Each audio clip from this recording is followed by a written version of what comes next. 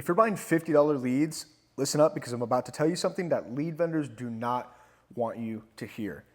It's only costing them $12 to $15 a pop to generate. So where's the extra money going?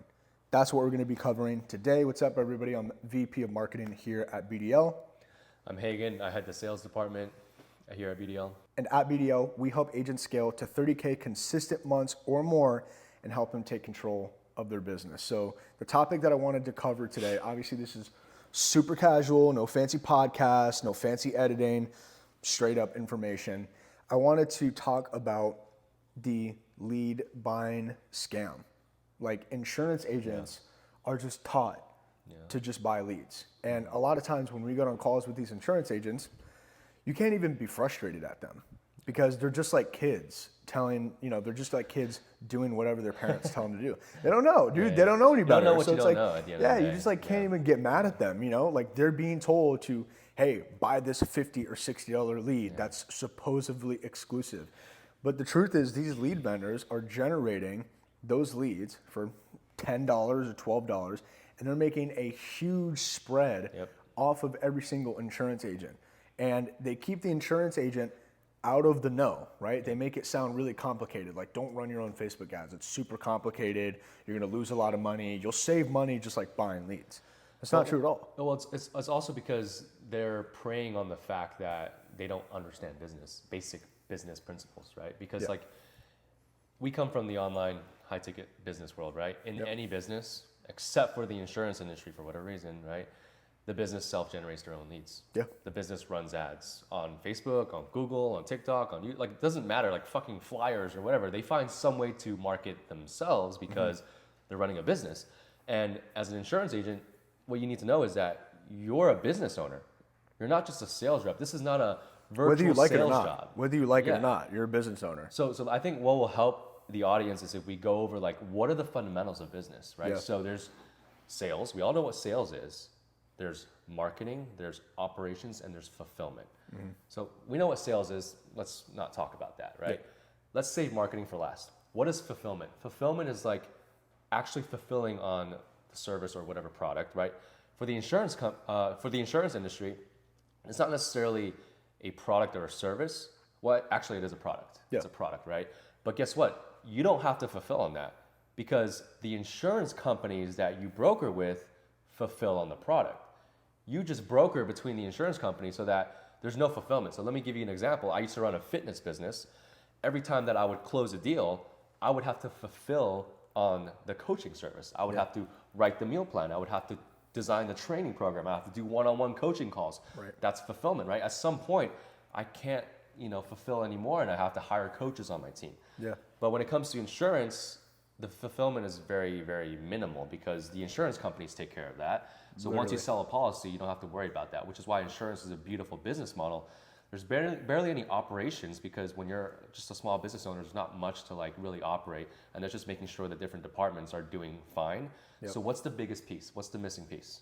It's marketing. It's the marketing. People don't know how to market. Yep, it's lead generation.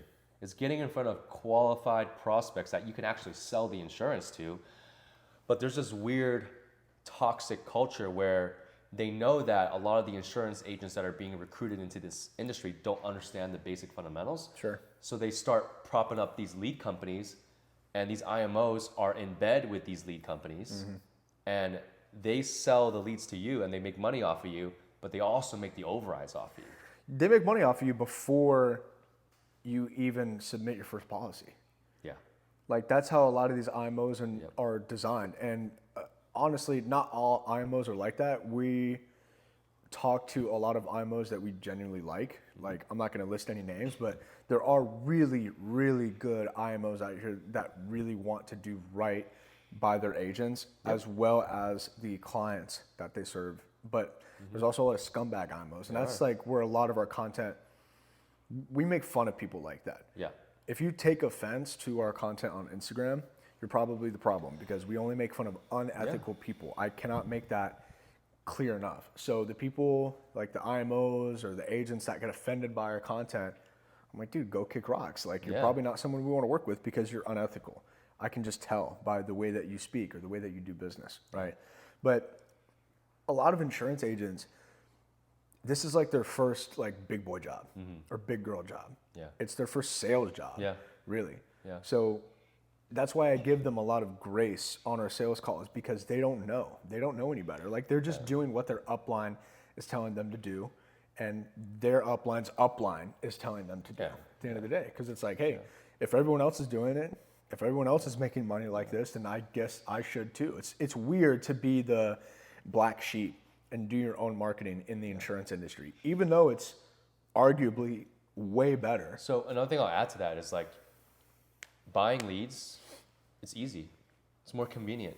Yeah. It's like fast. You get it right away the next day. And you pay for it. Right. But you pay for it with that profit margin, right? Yep. When it costs them $12 to generate the lead, but they're selling it to you for $50, you're basically paying for convenience, but you're also getting less quality at that point, right? But when it comes to learning how to run your own marketing, well, with us, we do it for you. You don't have to really learn anything. We do it for you. It takes a little bit more risk. It takes a little bit more time to get it ramped up and get it set up. And I feel like a lot of insurance agents are used to that instant gratification, right? So then it's like when something takes 3 days to onboard, which usually it takes about 72 hours to get everything ramped up, they start complaining and they start freaking out. When we say get optimized, we mean like a week max. Yeah, max. If a marketing company is telling you it's going to take 3 months to test your creatives to figure out what's working, tell them to go kick rocks. That's not true. That's like the biggest lie in marketing. So like our industry is not perfect either. No. You know what I mean? Like there's a lot of marketing agencies out there that don't know what they're doing. Yeah. Right. But if you're working with a reputable marketing company that knows what they're doing, it should take no longer than 72 hours. But you have to understand that there's going to be ups and downs, because this is business. This is entrepreneurship. Yeah. It's like, if your ad gets rejected, if your payment method declines, like chill. It's not the end of the world. Yeah. It's part of being a business owner. You're gonna have obstacles that you have to overcome running your marketing department. But guess what? You're gonna have obstacles when you're buying leads as well. Because guess what? The lead vendor has to resell and recycle leads. So it's like, at the end of the day, choose your heart. Both paths are hard. Buying leads is more convenient. It's more expensive though, and you're gonna have to deal with the shittier quality. Running your own marketing, bigger risk, more patience, also lots of ups and downs. But the long run of running your own marketing is a lot better. So choose your heart. Stay in the game. Like the whole goal of insurance is to stay in the game for as long as you can, not to make as much money as fast as possible. Yeah. That is how you burn out. And I'll tell you, the people that self-generate with us or even on their own, the business is stickier. It sticks better because the way that you got the lead, the person filled out a form, 5 seconds later you call them, they know who's calling and why, because the ad was branded to you or your business, and you have more of a personal relationship with them. Versus buying a lead that is being passed around to 4 or 5 other agents. Like, sure, can you make a sale quicker from buying a lead? Possibly. But the chargeback risk increases tenfold. That's why the average chargeback rate in the industry is what, like 40, 50, 60%? 40, 50, 60%. So it's like, that is how you stay stuck on the hamster wheel. You think you're winning because you're making quicker deals. You buy a pack of leads and they all drip in 2 days, and then you can close 2 to 3 deals out of that.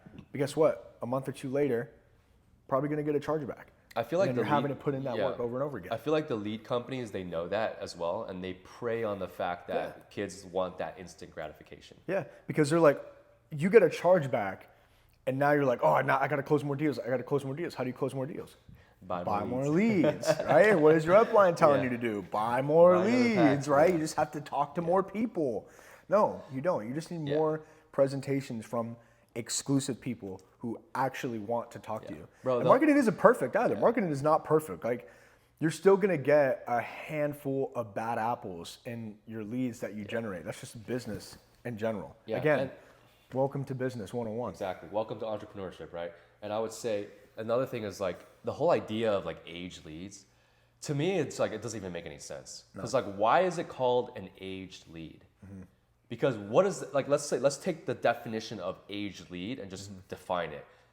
Means I generated a lead, I didn't do anything with it. I waited 3 months and then I sold it to someone. That's an aged lead. But that's not the case with these aged leads. These leads are generated, they're sold once, they're sold twice, 3 times, 4 times, 5 times, like 10 times, and then they're being repackaged and sold. So that I think the real definition should be recycled leads. Yeah. But they would never say that because if they advertise it as recycled leads, no one would ever buy them. Literally. Right? And one last thing that I think is really important to understand is like, just giving you guys an analogy is like, let's not talk about insurance for a while. Let's talk about some random business. Name a random business, like a coffee shop. I like the pastry shop example. Pastry That's my shop, favorite. right? It makes me feel so dumb when you think. If I were to start a pastry shop, for example. Shop in your contacts.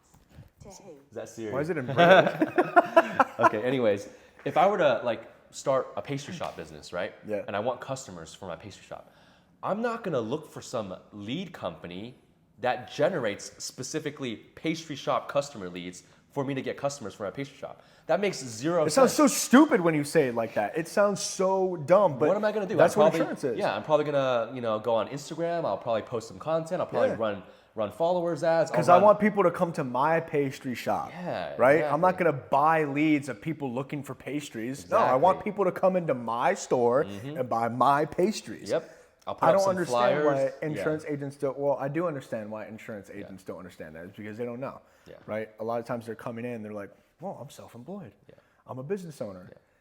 Technically, yes, but you still need to take the initiative to learn the fundamentals of business, and that is just going to make you a better insurance agent. Like, we love insurance agents. Like, you guys honestly are in such an amazing business model, and I can say that because I did insurance for a couple years. Haig did insurance.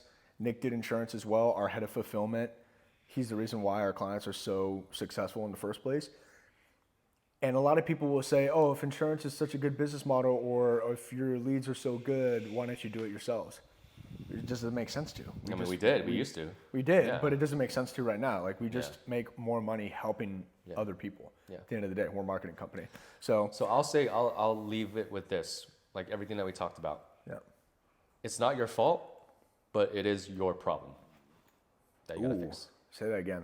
It's not your fault, but it is your problem. Ooh, I like that. I like it. All right. I think we can wrap this up. Yeah. Thank you guys for watching. Follow us on our page for funny skits, and follow our YouTube page for more educational content. See ya.